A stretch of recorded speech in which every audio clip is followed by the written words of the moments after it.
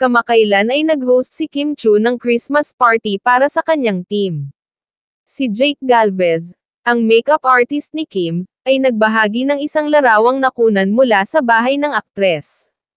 Ipinapakita sa larawan ang lahat ng mga appliances, at iba pang mga bagay na ipinamigay sa kanyang koponan. Higit pa rito, ang nag-viral na larawan, at maraming netizens ang na-appreciate kung gaano kabait si Kim.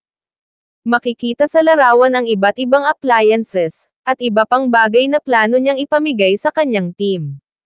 Habang nag-viral sa social media ang larawan, maraming tao ang nagpaabot ng kanilang paghanga sa kabaitan at pagiging bukas palad ng aktres.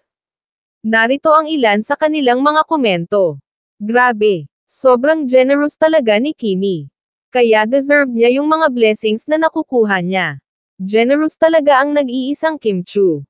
Kaya nga umaapaw ang blessings ni Kimi dahil mabait siya at family-oriented si Kim, mapagmahal sa pamilya umangat man siya humble pa rin siya, hindi siya naging mataas, kung ano siya dati, ganun pa rin siya kabait.